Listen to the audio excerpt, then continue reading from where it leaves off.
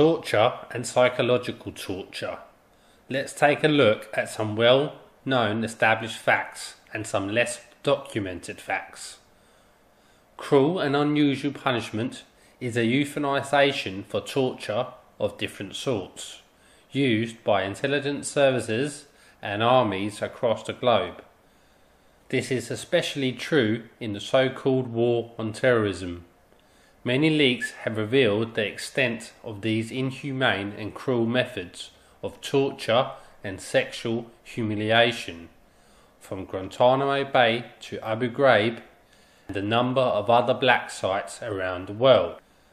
But what is less known is the exact same methods are being used not only in these known prisons, but also within people's own homes, where people are being subjected to this kind of treatment through the guise of experimentation and under the umbrella definition non-lethal weapons testing, where these so-called methods of enhanced interrogations are being put to use through various signalling systems, where electromagnetic waves are being used as delivery systems or as carrier waves to deliver or generate synthetic impulses within human range that can cause a whole array of different effects by stimulating the nervous system and or the brain with different frequencies and modulations to cause the desired effect.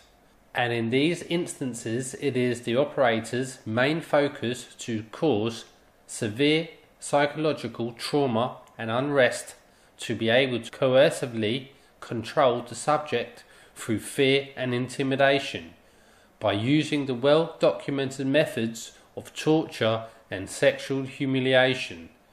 The only difference between the two ways of extrajudicial punishment is that the torturers can be hundreds, if not thousands of miles away from their subjects, and that has always been a great stride for intelligence agencies and military planners to accomplish with great precision and effectiveness. And that is now possible in the 21st century with millimeter resolution.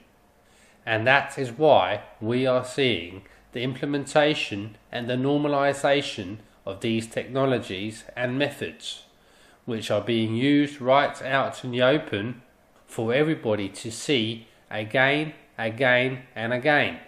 So the world's population gets and is being desensitized to specific establishments using these torturous techniques on targets from the civilian populations that have been deemed a target with no legal ramification to speak of. This can be simply justified by branding the person with any number of false accusations that will be publicized and commercialized worldwide if they deem it necessary. So the end justifies the means, and that is what everyone is seeing these days. But unfortunately, it will take 10 to 20 years before these facts become well established, because that's the way our systems of government operate. Their war crimes and crimes against humanity gets forgotten until they no longer are relevant, and therefore the people in charge, or those who call the shots, never get held accountable. Just take a look at the war in Iraq, where hundreds of thousands of innocent people were killed and millions become refugees because of losing everything, on the false pretense of going to war because of the threat of weapons of mass destruction that never were there, which was the pretext that the West sold its populations as justification for going to war in Iraq. And we all know the results of that war. It was a grotesque failure and a genocide on the Iraqi people that no one was ever held accountable over, still to this day. And even those people being tortured and humiliated in the notorious prison Abu Ghraib still have immense troubles even being heard in a court, let alone being compensated for their ordeals that have scarred and ruined their lives. With this in mind, let's take a look at an interview on RT with a lawyer to many of these torture victims from this war, where he goes through what kind of treatment these people and many other peoples have been subjected to, and you for yourself will be able to hear the correlations between the so-called enhanced interrogation techniques and the techniques you are daily witnessing over the IT concept communication system. Does Britain have a brutal interrogation program similar to the one uncovered in the United States by the Senate Intelligence Committee? That's the allegation made by one lawyer, Phil Shiner, who represented the father of Baha Musa. Musa died in Basra in the custody of the 1st Battalion of the Queen's Lancashire Regiment during Britain's war on Iraq. Rupert Murdoch's Sun newspaper recently vilified Shiner's organisation, Public Interest Lawyers, explaining that it represents relatives of dead Iraqis who claim they were murdered by our boys. But if the Sun went on to decry Phil Shiner's firm, saying its actions spark outrage, his fight for justice for Iraqis tortured by British troops has just reached a new milestone.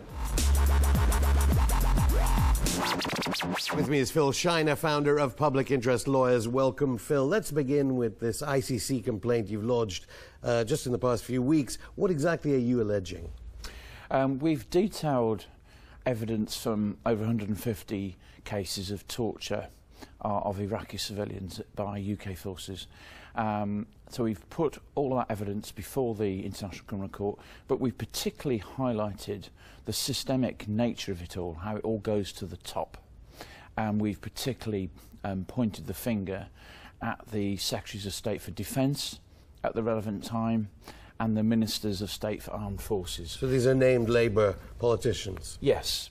So, for example, Geoffrey Hoon, who was in post when all of these interrogation techniques, which are completely unlawful, were being trained at Chicksans in Bedfordshire, and then, of course, he was in post at the start of the invasion of Iraq. And also Defence Minister? Adam Ingram. Adam Ingram. And then after that, John Reid, Bob Ainsworth, all the way through until the mandate ended in December 2008. And the general of and the head of the British Army General, Sir Peter Wall. Yeah. So why not go further up? Why not the Prime Minister at the time? Tony Blair, obviously. The evidence doesn't, at this stage, point to Tony Blair. Obviously, it's for the International Criminal Court prosecutor to investigate now, and if it does go up higher, then that's a matter for the prosecutor. Obviously, it's a hugely unpopular war. People might be wondering why it has taken you so long to lodge a complaint on behalf of your clients. Well, it's a long way from Iraq to the British courts if you're an Iraqi civilian who's been tortured and detained for, at times, years on end. So it's taken a while for these Iraqis to have the confidence to come forward, or even to know that they had a remedy here. And also we needed to await the outcome of the Baha Musa inquiry, which was September 2011. We began writing this complaint shortly after we had that report. It's taken us about 2 years to put this report together. Of course, with Baha Musa there was that compelling video evidence. In the cases you're talking about, no? No, there's plenty of video evidence. There's somewhere the Iraq Historic Allegations team have got 3,500 video recordings of interrogation sessions. There's plenty of evidence, masses of it. Actually. By American soldiers more, or British soldiers? No, all British soldiers. All British soldiers? Yes. And yet it's... Well, not actually British soldiers as such, British soldiers, but particularly interrogators. The majority of the allegations are about how we conducted our interrogation practices. As I say, they were trained at Chicksans, so we had a particular approach to interrogation which has huge similarities with what we know about what the Americans have been doing at Guantanamo Bay or Abu Ghraib or Bagram Air Base. To your knowledge, is that training still going on, or would they have amended it, or do we just not know? Well, that's a matter you'd have to ask the Minister of Defence. They say that in the light of the 73 recommendations of Sir William Gage in the Baha Musa inquiry, that they've implemented 72 of them, and that insofar as they've done so, then things would be better. Whether they've actually done so would be the subject of independent monitoring by a UN body. I myself would need some convincing that they've been good to their word and actually implemented the recommendations they say they have. What sort of torture are we talking about? A particular approach which commentators would refer to as coercive interrogation techniques. The idea modern states don't leave any marks. You leave with your fingernails, but not necessarily your mind. So the type of techniques that we saw in Northern Ireland, stress positions, hooding, food and water deprivation, the use of noise, that kind of thing, but much more than that. The use of loud-core pornographic movies during the night to keep people awake, but also to humiliate them, and a range of techniques that seem to have been designed with the male Muslim culture and mindset in mind. It's as if somebody reverse engineered a handbook on the Muslim faith and the Muslim culture.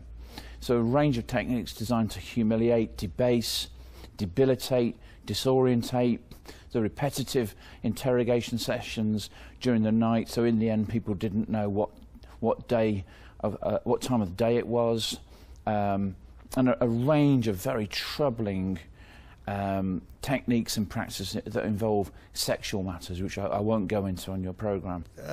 We should also now talk, I think, about how torture has been a recruiting sergeant for the huge insurgency we see in Iraq today. How do you think what British soldiers did in Iraq has created extremism and extreme Salafism in Iraq today? Well, it's obvious, isn't it, that if you detain and intern hundreds, if not thousands, of young Iraqi males and you subject them to the most appalling and sexually humiliating ill treatment, etc., then eventually when they go home, they are going to talk to people and it's going to get out that the British way involves completely unlawful interrogation techniques. I can't imagine that a trained interrogator who really knows what he or she is doing really needs to torture and do all the things that they were doing in Iraq. Surely, if you are experienced and you know what you're doing, if someone's got information, you'll get that information from them without crossing the lines in the sand that says, no, that's cruel, degrading, inhuman treatment or torture. Phil Shiner, thank you. Thank you.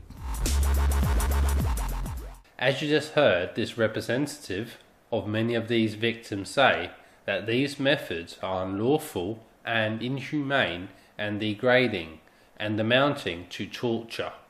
And the purpose for these methods has never really been to extract information out of prisoners of war, but has been implemented and indoctrinated to make radical people out of prisoners, so they are basically creating terrorists and extremists because of the suffering that they have caused others through torturous treatment of innocent people in many cases, who had never been charged or convicted of anything other than being from a different country. And in these days, expressing a different political view can land you in the same kind of predicament that I myself and others are in. And that is an extremely scary thought that the establishments of the Western world are now willing to use these kinds of technologies and methods on their political enemies, and doing so right out in the open, giving themselves impunity while they are publicising their atrocious acts of power and control.